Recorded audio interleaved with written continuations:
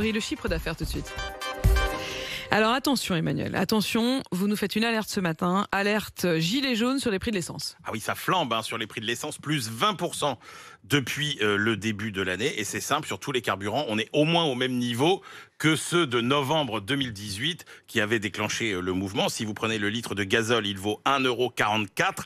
On était à 1,46 € en novembre 2018. Et surtout, le super samplon, lui, est beaucoup plus cher. On est à 1,60 quasiment euros le litre. On n'était qu'à 1,46 € en novembre 2018. Ça représente donc une hausse quand même de 20% sur un an. Combien oui. ça va nous coûter ?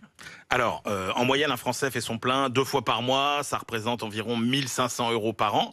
Donc, ça fait 240 € de plus pour le gazole, 300 € de plus pour l'essence. Et puis surtout, n'oublions jamais qu'il n'y a pas que les véhicules. Il y a aussi les gens qui se chauffent au fioul, par exemple. Et là, si vous achetez 1000 litres de fioul en prévision de l'hiver qui arrive, ça vous fait déjà 250 € de plus les 1000 litres. Les chaudières au fioul, pourtant, ce sera terminé en 2022. Il y aura aussi toujours le gaz et l'électricité. Et là aussi, ça flambe. Oui, et c'est ça qui est inquiétant sur le plan social par rapport à 2018. 2018, c'était une colère d'automobilistes. Il n'y avait pas que le prix de l'essence, il y avait la carte grise, il y avait le contrôle technique plus compliqué, il y avait les 80 km/h.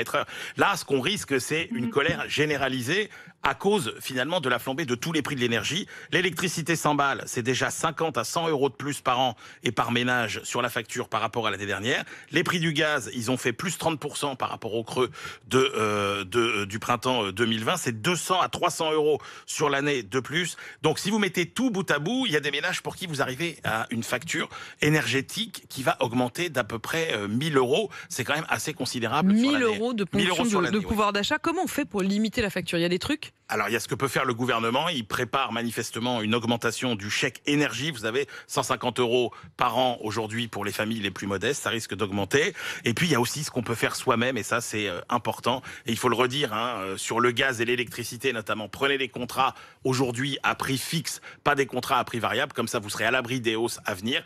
Et puis, n'oubliez jamais que vous pouvez en plus changer ces contrats quand vous le voulez. La loi sur la concurrence vous le permet.